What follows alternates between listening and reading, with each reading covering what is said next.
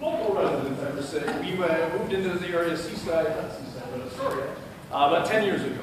And looking for jobs, and we both got jobs. Astoria School District, the string teacher, and I got myself a job out in Jewel as the music director, K through 12. Thank you very much. And then, in a short amount of time, which was not even half of a summer, my wife came up with the idea of saying, well, let's put a little symphony together for youth. So we held auditions, we had 11 children show up. And from that I said, what are we doing on our Saturdays from here on out? And that's what happened. Out of those 11 kids, 10 years later, this is what we have. We're very happy.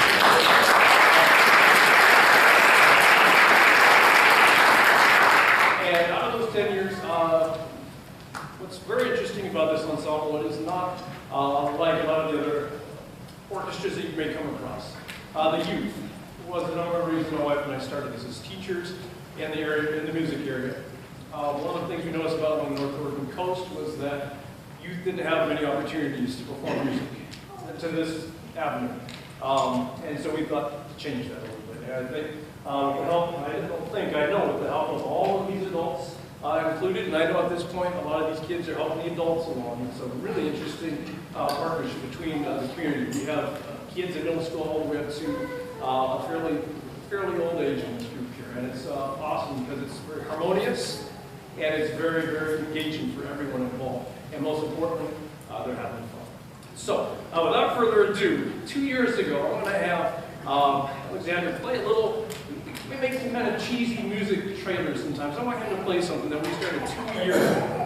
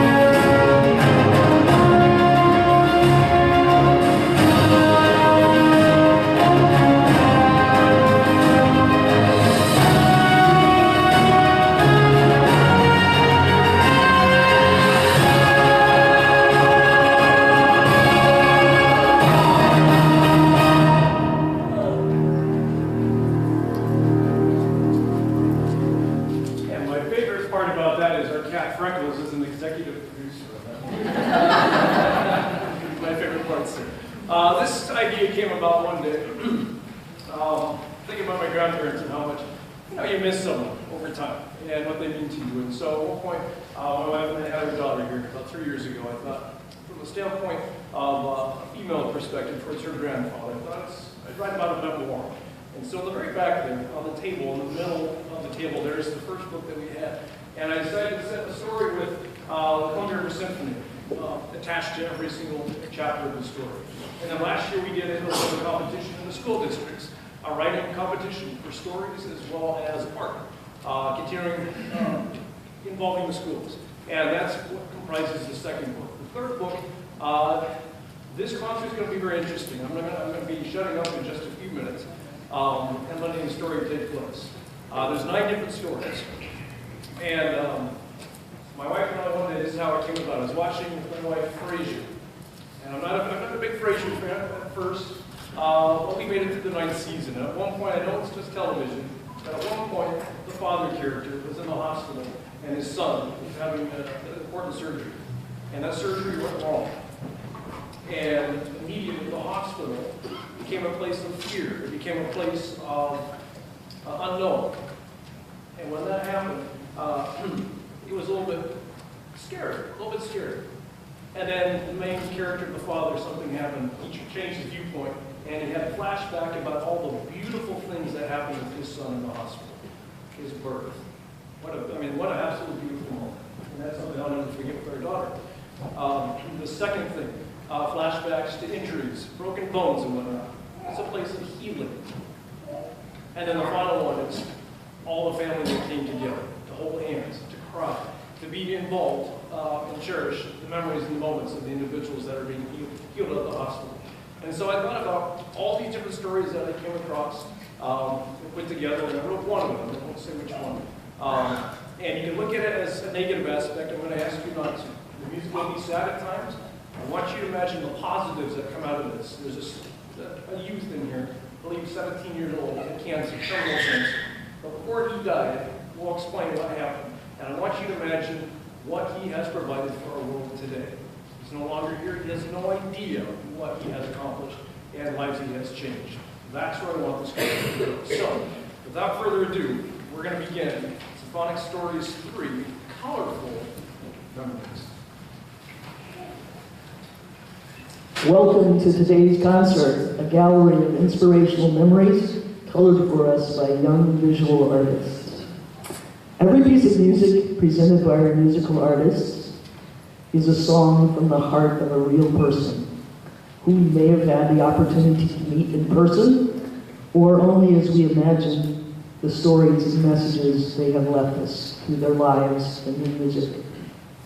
I believe the most beautiful music celebrates how we discover love, peace, and beauty as we struggle through challenging, dark times and find beauty in our most everyday experiences. Our first story is Life is Beautiful. Do you remember the name of your kindergarten teacher? I do mine. Her name was Mrs. White, and I remember thinking she must be some older relation of Walt Disney's Snow White, because she had the same bright blue eyes, short dark hair, red lips, and fair skin. She didn't have a poisoned apple, but she was cool anyway. I don't remember much about what we learned in her class, but my mother once told me that we used to write a lot. And I would bring back what I wrote, and she would look at it and see there were so many mistakes, but no red corrections. And always a star, sometimes even a good scrawled on the margin of the paper that would make my heart soar with happiness. But it worried my mother. So one day she went in to meet Mrs. White for one of those parent-teacher meetings. She asked her why she never corrected my mistakes, why she never red penciled in the right spellings of words or pointed out grammatical errors. And my mother says, Mrs. White said, the children are beginning to get excited about using words, about forming sentences. I don't want to dampen that enthusiasm with red ink. Spelling and grammar can wait. The wonder of words won't. And maybe, she didn't say it exactly like that. It's a long time ago. And what my mother gave me was the gist of what she could remember. The rest I added in. Because I grew up learning to use words and loving with confidence like that.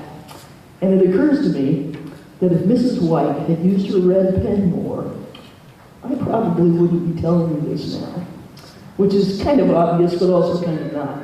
I look back now and then and think she must have been a rather extraordinary teacher to exercise such red pen restraint, to allow the joy, wonder, and excitement of expression flowering, just like that.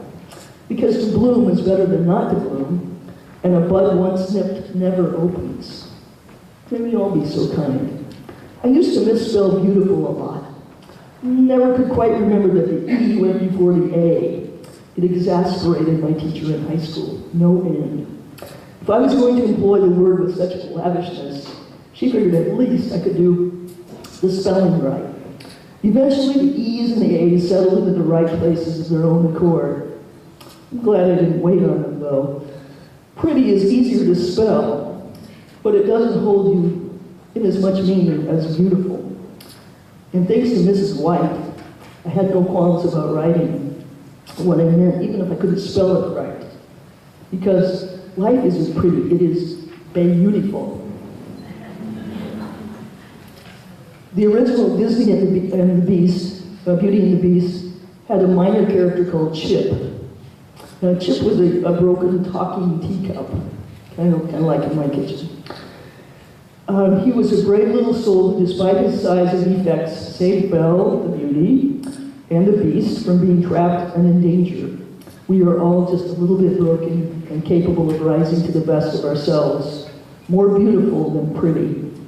Enjoy with us now, Beauty and the Beast.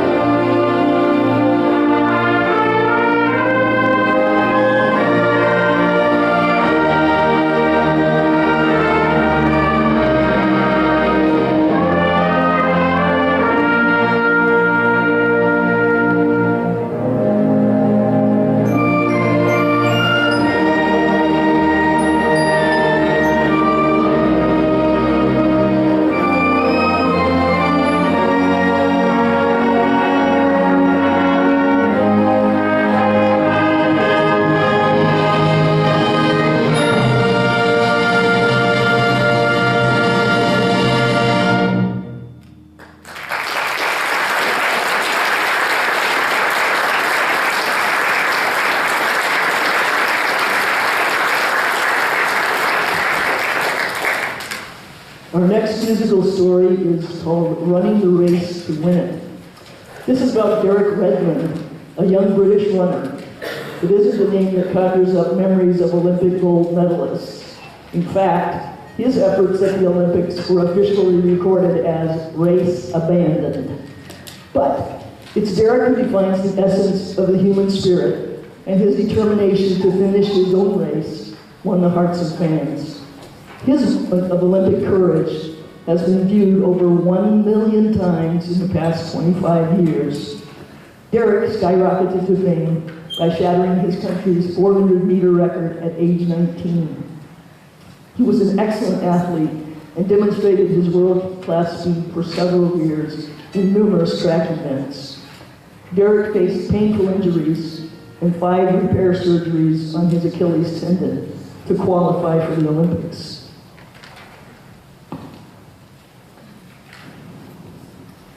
Derek's father, Jim, had accompanied him to all the world competitions. They were as close as a father and son could be. Inseparable, really, the best of friends. When Derek ran, it was as if his father was running right next to him. He had an excellent chance of winning the gold medal.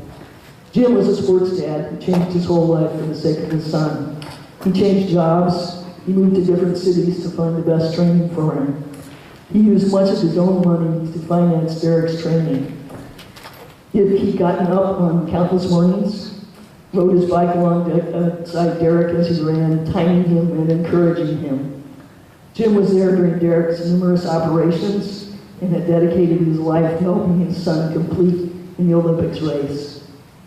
It was a Monday night, August 3, 1992, at the Olympics in Barcelona, Spain. 65,000 fans streamed into the stadium.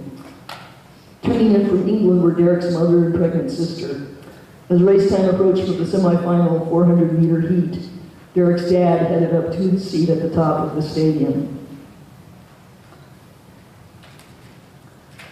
Below, the gun fired and Derek shot out of the starting blocks in an unbelievable start. He quickly broke into lane 5, quickly making up the stagger on the runners in lanes 6 through 8. Headed down the backstretch, only 250 meters from the finish line, Derek seemed a shoo-in to win this heat and qualify for the Olympic finals.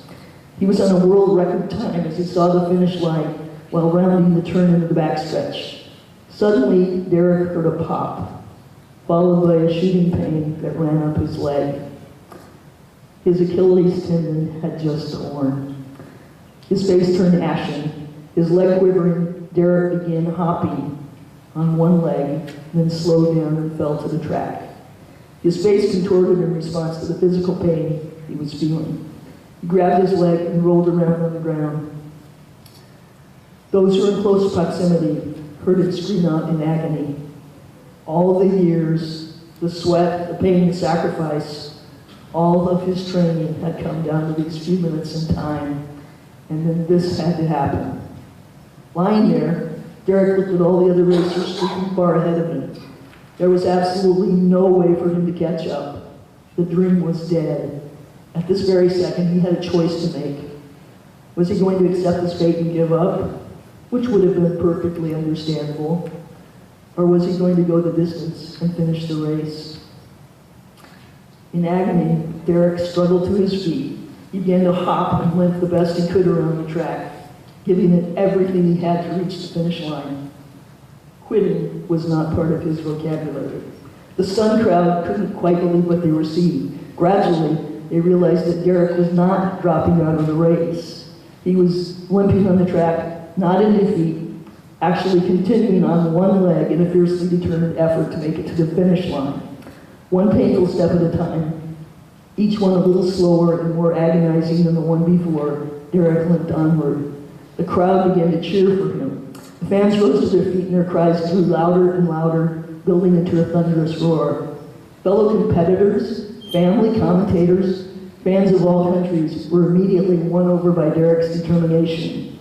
At no other time in sports history had an athlete had so much support while finishing last.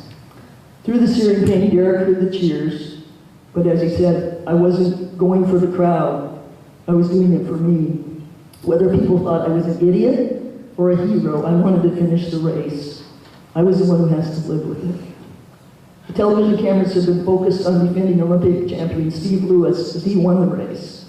As soon as he crossed the finish line, the cameras went back to Derek. About 30 seconds had elapsed, and he was still far from the finish line. Yet, with all of this, he went on. Then the drama took a new twist. There was a stir at the top of the stands. Jim Redmond, seeing his son in trouble, was desperately working his way down toward the track, sidestepping some people and bumping into others. Coming through. Jim reached the bottom of the stands, vaulted over the railing, dodged the security guard. This guy needs a medal himself. And with two security people running after him, he finally caught up with his son. Jim reached Derek about 120 meters from the finish and wrapped his arm around him. Derek initially tried to push away, not realizing who he was, but then he heard his father say, "Derek, it's me. You don't have to do this." "Yes, I do," Derek said. "Well then," said Jim, without hesitating, "we're going to finish this together." Derek put his arms around his father's shoulders and sobbed. Together, arm in arm, father and son struggled toward the finish line, with 65,000 people cheering, clapping, and crying. The video footage has become one of the most enduring sporting images of modern times. In fact, Oliver Irish, columnist for the UK-based Observer, called it one of the top 10 teary moments in sports. He said, "Not many moments remain so poignant that they can reduce grown men to tears, but this is a bona fide weepy." "I'm the proudest father alive," Jim told the press afterwards, tears in his eyes. "I'm prouder of him than I would have been if he had won the gold medal. It took a lot of guts for him to do what he did." Derek didn't win Olympic gold medal, but he came away with something more valuable. Life often throws pain at us. Many times we surrender and allow the caretakers to run to our aid and give up on our goal. But Derek had two things working for him that day: the desire to complete the race and a father whose love for his son surpassed any obstacle in his way. CRS presents Brethren, We Have Met to Worship, a sacred hymn from 1819, encouraging listeners to support each other in their individual lives and talents, like Jim's dad, and sharing the appreciation of gifts from God.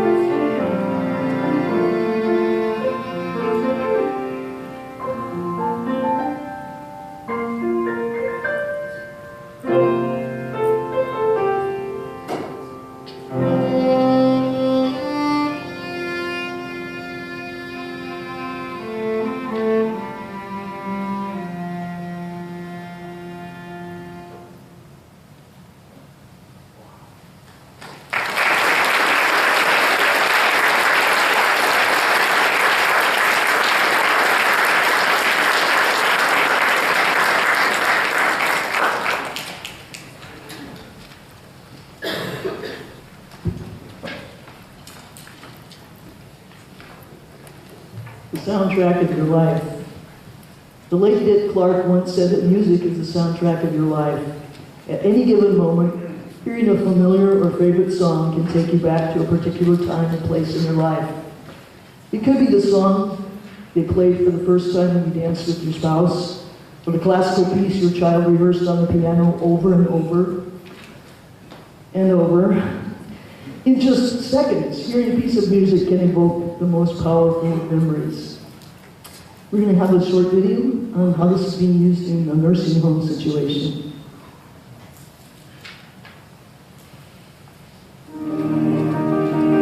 What do you think of music? I'm lost in music. I love it. Have you ever had music just hit you in a place that immediately brought you to tears? Music has that power.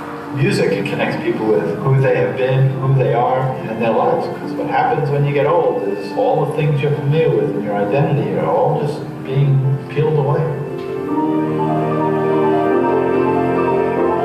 We're going to do your medicine now. Healthcare system imagines the human to be a very complicated machine. We have medicines that can adjust the dials. Blood pressure, oh, turn that down. Blood sugar, oh, turn that down. We haven't done anything to touch the heart and soul of the patient.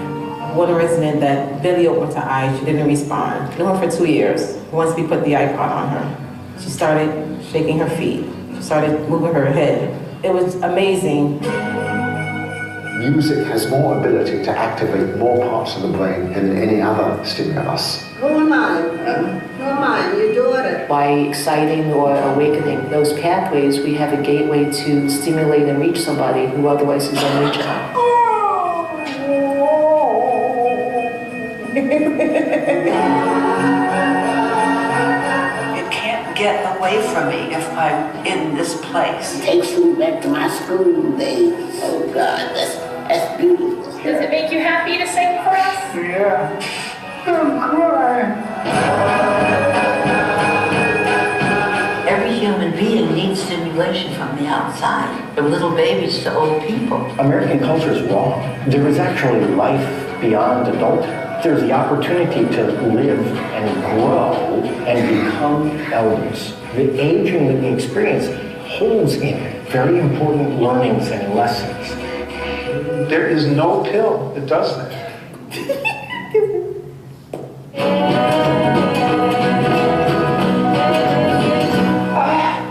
Oh, thank you so much. Okay, so the tears of joy.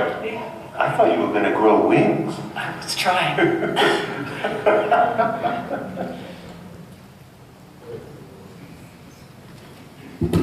We all face uncertainty, things we can't know.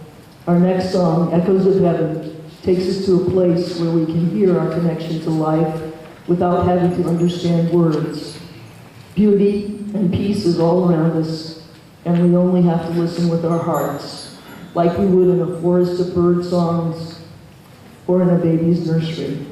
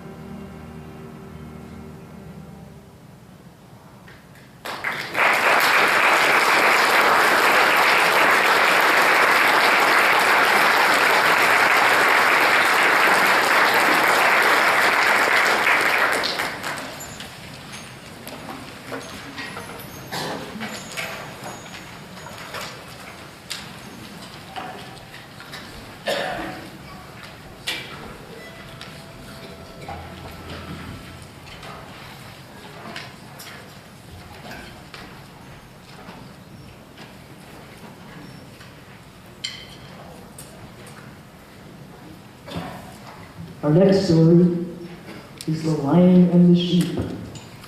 Once upon a time, there lived a lion who was always bragging about his bravery, his strength, and his cunning. "There is no animal in the world who is braver than I," boasted the lion to all who would listen. "I am the biggest and the best. I'm afraid of no animal," he proclaimed. But the lion was not being entirely truthful. He was very afraid of rats. Indeed, he was rat-phobic, and he did not want any of the other animals to know this, in case they made fun of him. There was also a little sheep, who was very meek and quiet. The sheep did not boast or brag, because the sheep did not consider himself to be brave or strong or cunning. Because the sheep was so quiet, the lion often picked on him and called him names. "You are a frightened little animal," goaded the lion. "You are too quiet and too timid. You should be more like me. You're like way too sheepish."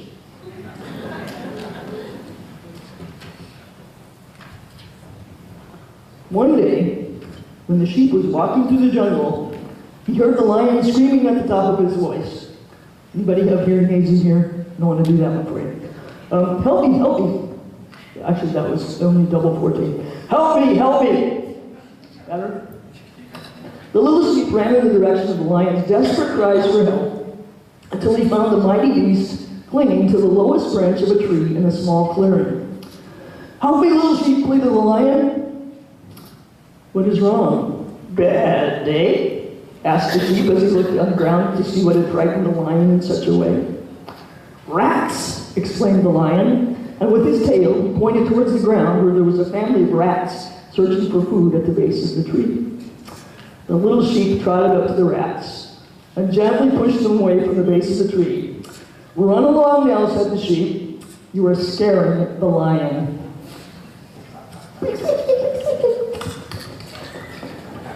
With that, the rats all scurried off into the jungle in search of more food. When the lion was sure that the rats had gone, he dropped to the ground and tried his best to puff out his chest as if he had not been frightened at all. But the little sheep was not convinced by the lion's bravado. "Why is it that you're so scared of rats?" "Bad experience?" asked the little sheep. "You're slithery and slimy and dirty," said the lion. "It's not true," protested the sheep. "How can you know what they're like if you've never spoken to them?" Well, the lion thought about this for a while and eventually admitted that he had never spoken to the rats at all. That had always been afraid of them. "Well, you're right, little sheep," said the lion. "I decided the rats were slithery and slimy and dirty, just as I decided that you were timid and frightened. That's not true. You're brave and strong, perhaps the bravest and strongest animal in the jungle." The sheep thanked the lion for his kind words, but admitted that this was probably not true. The two of them laughed together. Roar! And the sheep had to admit that it was very funny to see the mighty lion hanging from the tree, looking so scared. From that day on, the sheep and the lion became very good friends, and the lion learned from the sheep that it was best never to judge another animal based on the way it looked, especially if it was higher on the food chain. Vivaldi was one of the most prolific Baroque composers, called the red-haired priest because he was, well, red-haired and a priest. His asthma limited his ability to serve Mass because of his sensitivity to incense, and this freed him to compose over 500 pieces, most of them lost upon his death in 1741 and found around 1926. His most famous piece, probably, was The Four Seasons, which you can find out from our trumpeters are salt, pepper, cayenne, and fourth seasoning that they can't remember. Please enjoy our piece celebrating the red-haired priest, Vivaldi, in Inspirato di Vivaldi, the spirit of Vivaldi.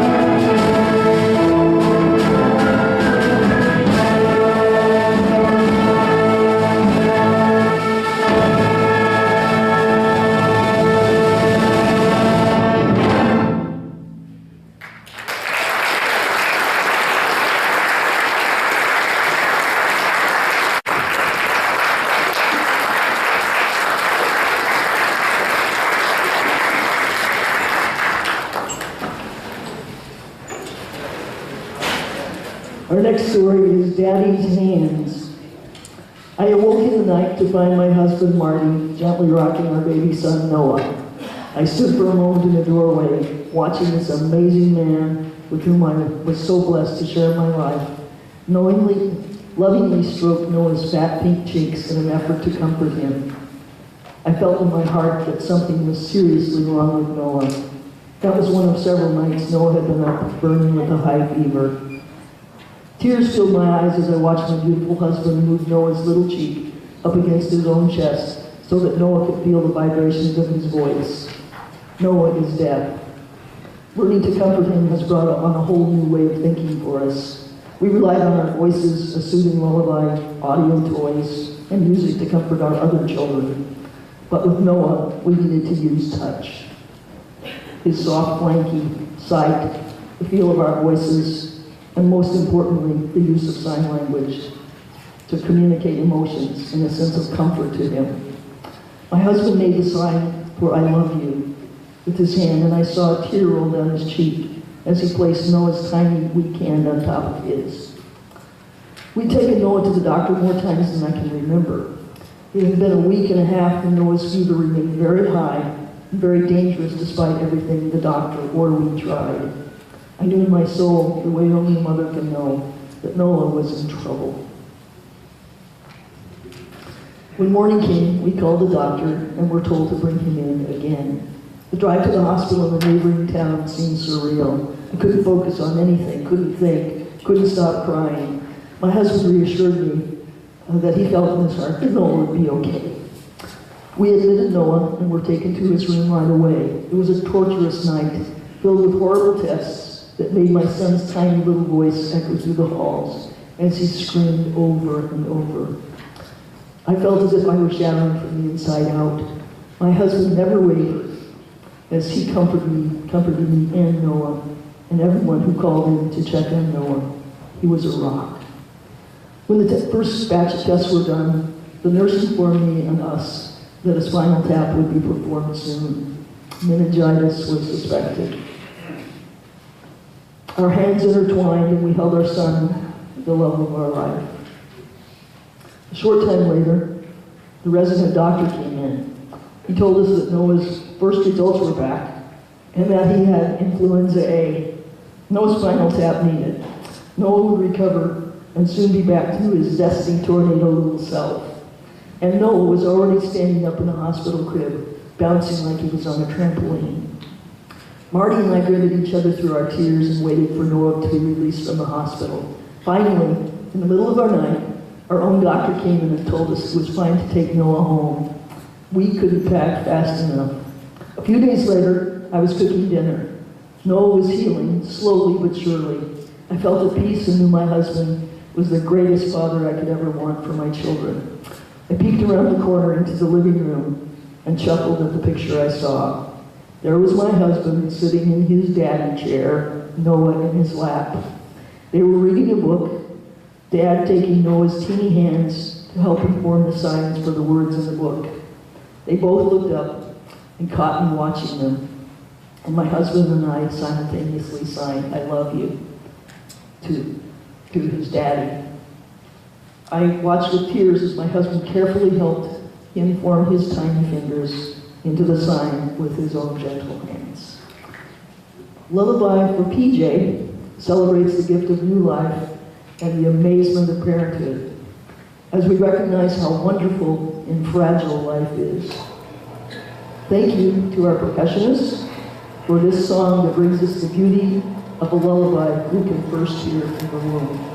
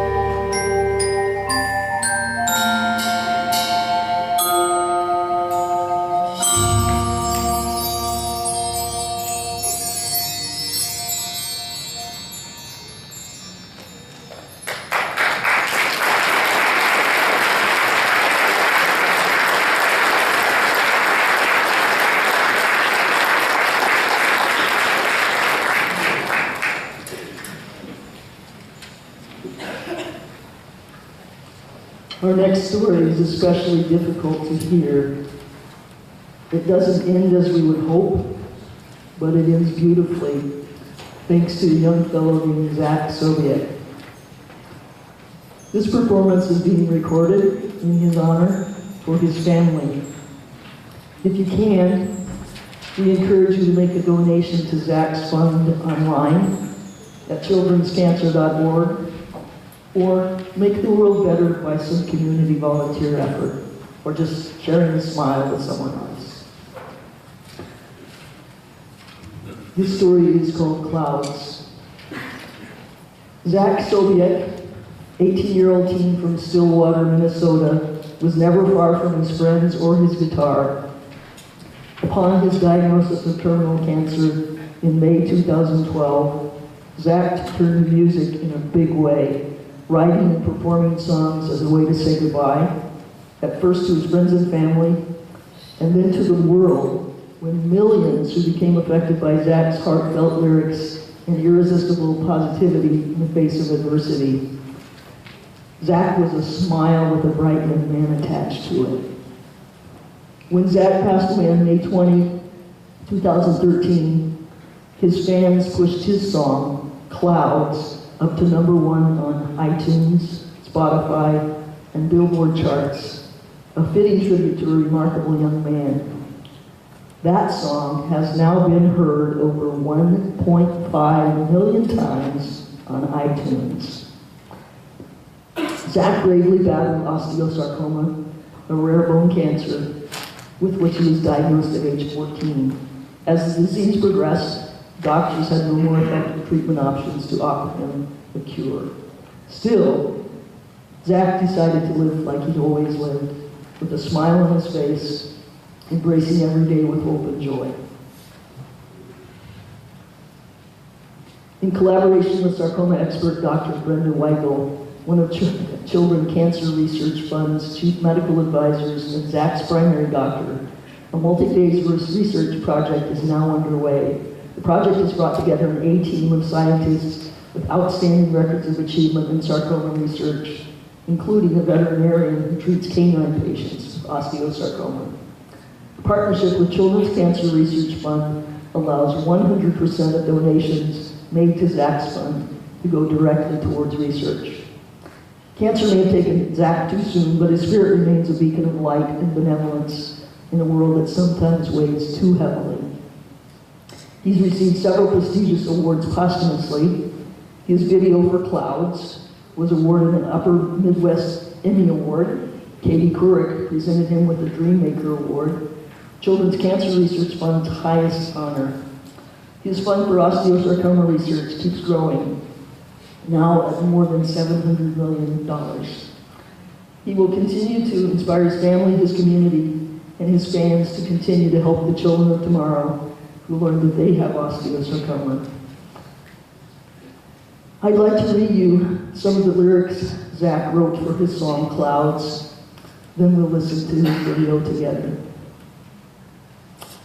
Well, I fell down into this dark and lonely hole. There was no one there to care about me anymore. And I needed a way to climb and grab the edge. You were sitting there holding the rope. And we'll go up, up, up, and I'll fly a little higher. We'll go up in the clouds because the view is a little nicer. Up here, my dear. It won't be long now. It won't be long now. We could go up and take a little ride and sit there holding hands and everything would be all right. And maybe someday I'll see you again. We'll float up in the clouds and we'll never see the end. And we'll go up, up, up. Can we listen to the video?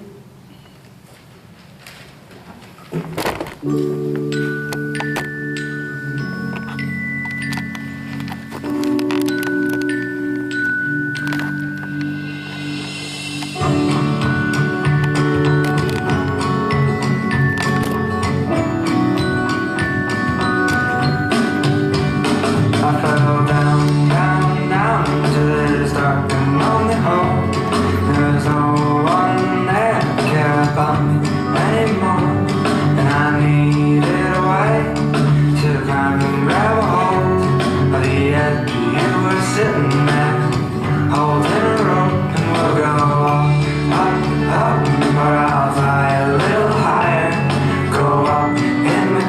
because the view's a little nicer up here, my dear. It won't be long now.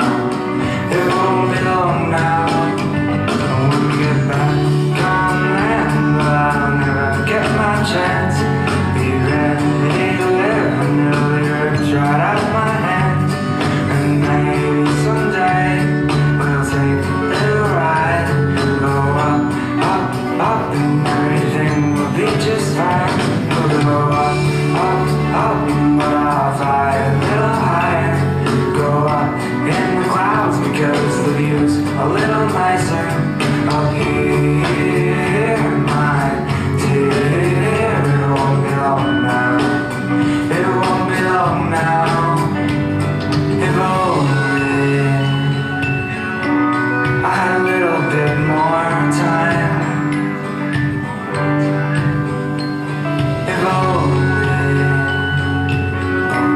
I had a little bit more time with you. We could go up, up, up, and then take that little ride. We'll sit there holding hands and everything will be just right. And maybe someday I'll see you again. We'll float up in the clouds and we'll never see the end.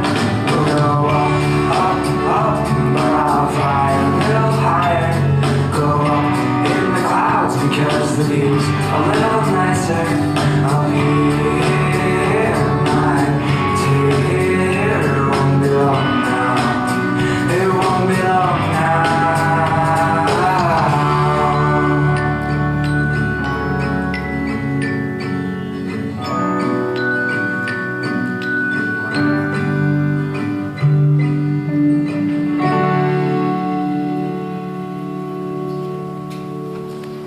Zach leaves us more carrying words from many online videos. Life is really just beautiful moments, one after the other. It's really simple, actually. It's just try and make people happy. And with a smile from Zach. Always squeeze the toothpaste bottle from the end. We'll see you again, Zach.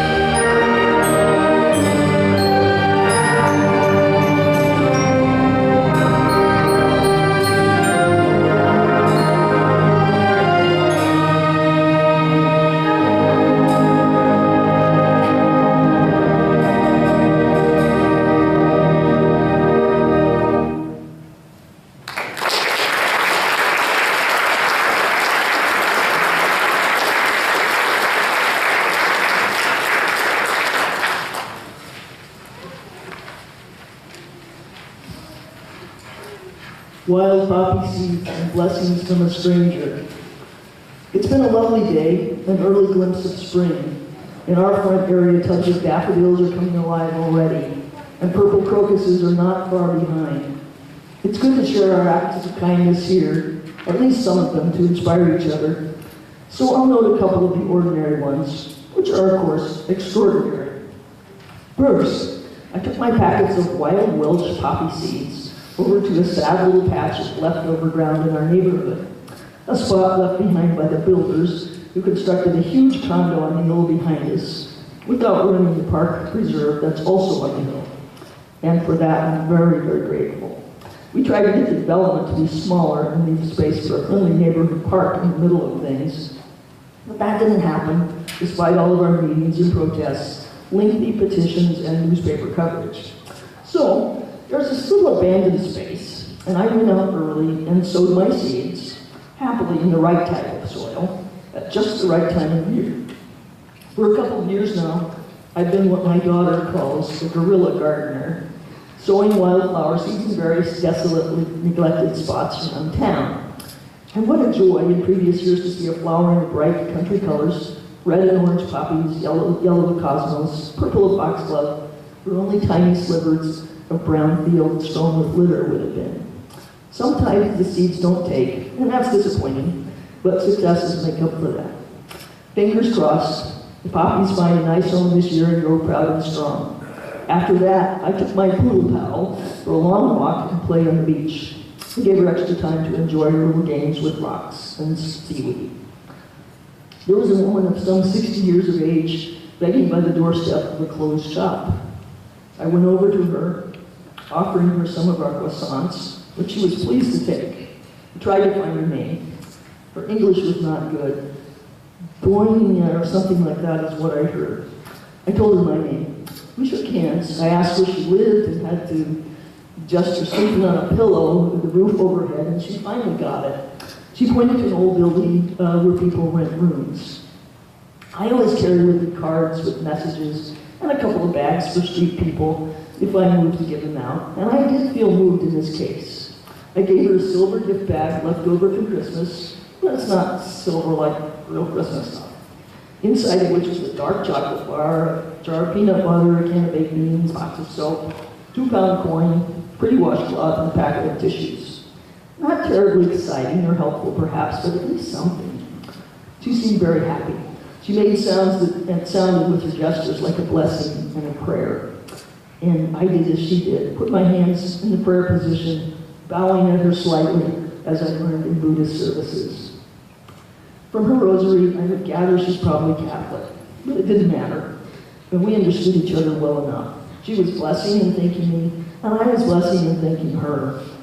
Why? For being so friendly, so receptive, so kind to offer a blessing to me. The theme of kindness runs through that afternoon and evening.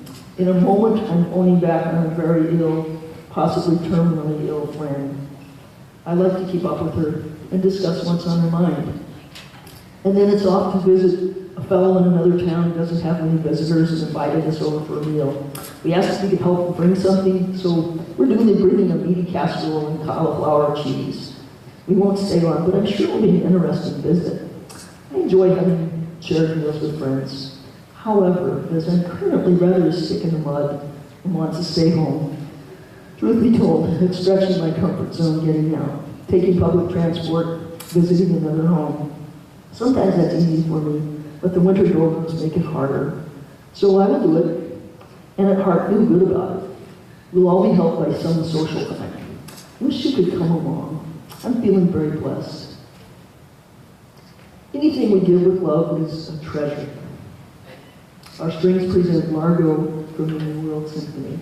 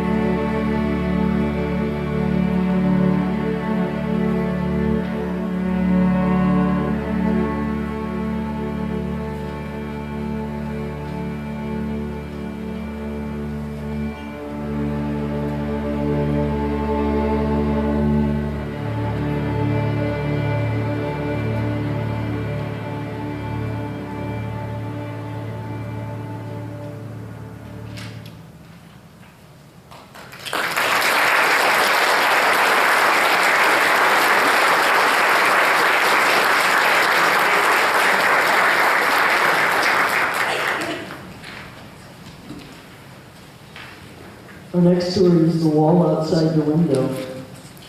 Two men, both seriously ill, occupied the same hospital room. One man was allowed to sit up in his bed for an hour each afternoon to help drain the fluid from his lungs. His bed was next to the room's only window. The other man had to spend all of his time flat on his back.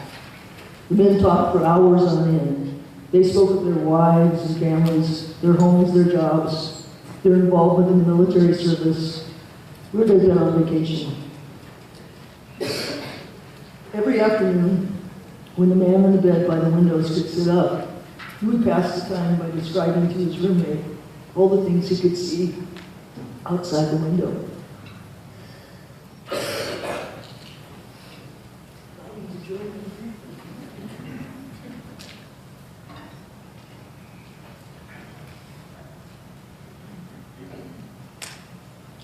The man in the other bed began to live for those short hour periods where his world could be broadened and enlivened by the activity and color outside the window. The window overlooked a park with a lovely lake. Ducks and swans played on the water while children sailed in model boats. Young lovers walked arm in arm amidst flowers of every color, and a fine view of the city skyline could be seen in the distance. As the man by the window described all this exquisite detail, the man on the other side of the room would close his eyes and imagine the scene. One warm afternoon, the man by the window described a parade passing by. Although the other man could not hear the band, he could see it with his mind's eye, as the gentleman by the window portrayed it with descriptive words. Days, weeks, and months passed. One morning, the day nurse arrived to bring water for their baths, only to find that the gentleman by the window had passed away. She was saddened and called the hospital attendants to take the body away. As soon as it seemed appropriate, the other man asked if he could be moved to the window. The nurse was happy to make the switch, and after making sure he was comfortable, she left him alone. Slowly, painfully, he propped himself up on one elbow to take his first look at the world outside. He strained to slowly turn to look out the window beside the bed. It faced a blank wall. The man asked the nurse what could have compelled his deceased roommate, who described such wonderful things outside his window. The nurse responded that the other man was blind and could not even see the wall. She said, "Perhaps he just wanted to encourage you."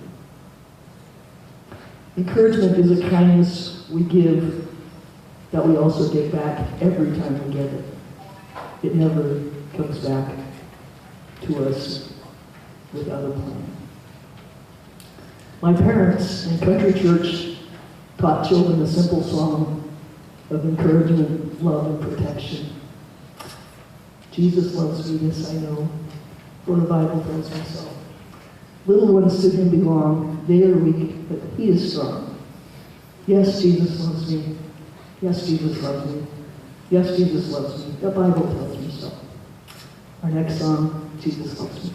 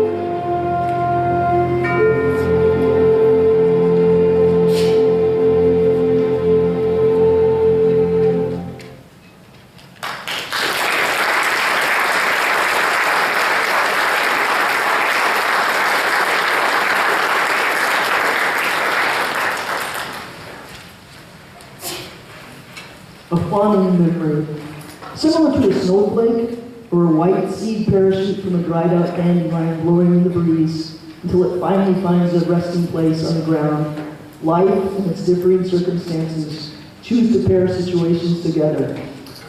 Many are of the belief that animals are not that different from the human race when certain situations present themselves. Based upon a true story, this tale is an inspiring reminder of the power of trust, love, and hope. On a slightly humid, dark evening along the outskirts of Yellowstone National Park in Wyoming, David Fisher was rinsing his dinner meal plate while scraping the last of his slightly burned salmon fillet remnant from its short-lived place of residence. Upon reaching over the plate to turn the lukewarm water off, he looked up through his kitchen window to see a full-grown female deer wandering his property. Having seen many deer wander his 10-acre property, David knew from his initial viewing that this deer was walking in an unusual manner. What was the matter? Why was she stalking or walking with such a unique stride? The deer stopped, and within a minute or two, David saw a miracle happening right outside his kitchen window. This beautiful doe was about to give birth. David ran to grab his camera and document such an amazing moment, a moment to remember. Within minutes, he witnessed the miracle of not one, but 2 fawns being born. What an incredible beauty to behold, he thought, continuing to keep his video rolling. David saw that mama deer nudge one of the fawns onto its feet and encouraged it to walk. However, the other fawn could not get up to its feet. Each time it did, its foot would collapse on itself, and the poor little animal continually fell. After several failed attempts to walk with her family, both mama deer and the healthy fawn walked away, leaving the new, injured baby behind to fight for her own survival. David watched as the 2 deer walked off his property, around his old rickety fence, and into the forest, never looking back. The injured deer struggled to catch up, but couldn't. David continued to film and watch as the poor fawn stayed in his yard, trying to walk, each time falling to its chest in the dry green grass. Putting his camera back into his pocket, David ran into the house to grab a few blankets and returned to approach the baby deer. As he slowly walked up to the deer, he kept thinking about the different predators that roam this part of the state. He knew that it had no chance to survive by itself. He carefully put his hand out so the deer could smell his scent. As the deer took on this new creature, David slowly draped a light blanket over the fawn's back and picked her up. He carried her to his garage, where he laid some blankets out, and she was able to lay nervously watching his every move. David looked at the weak little leg and wrapped it in a bit of cardboard as a brace. He went inside his home, found a couple of old baby bottles, filled them up with milk, and started feeding the fawn every 4 hours for a long, long time. His dog Cruiser would also sit in on the feedings, occasionally licking the fawn's face, and not seeming shy of this new creature living in his home. As days went on, the baby fawn became stronger and began to learn to walk. Each day, a little more success. It wasn't long before David and the fawn, even Cruiser, began to feel very comfortable and relaxed around one another. The deer would follow David everywhere he went, looked to him for food, comfort, companionship. But David knew that he was no replacement for her real mom. As he went to bed one evening, he placed his head on his pillow, looking up at the ceiling, asking himself if it was time to let this little animal go. She was now a little healthy baby fawn who could walk on her own. This was no life for her to continue in the future. So he closed his eyes and he knew what he was going to do. The next morning, David took the fawn to the far edge of his property and tried to release her. She placed her feet on the dewy grass and looked around. David quietly walked away, hoping she would take a step off into the distance. As he turned around to see she'd taken that step, pitter-patter, pitter-patter, she was right there with him. No way she was going to let him leave. Still, with the need to send off the spring and wild, David continued to try, day after day, with no success to release this little animal. Finally, one warm and cloudy evening, David spotted the doe, probably this animal's mother, who'd given birth to both of those fawns a few weeks earlier. He also noticed that the fawn who was with her looked in very good shape. He was fairly certain that, yeah, this was the right family. Without hesitation, without saying goodbye, he tried one more time to release the baby fawn. She hesitated a moment and then began running, gliding through the air towards her family. They're together, David thought. What an incredible moment. He was overwhelmed with emotion and joy that this adventure had such a beautiful ending. In the end, he realized whether or not he should have intervened, he'd done so, and life, whatever it had planned for him, was fulfilling this experience that he could hang on to for eternity. We leave you with a happy, happy sounds of play.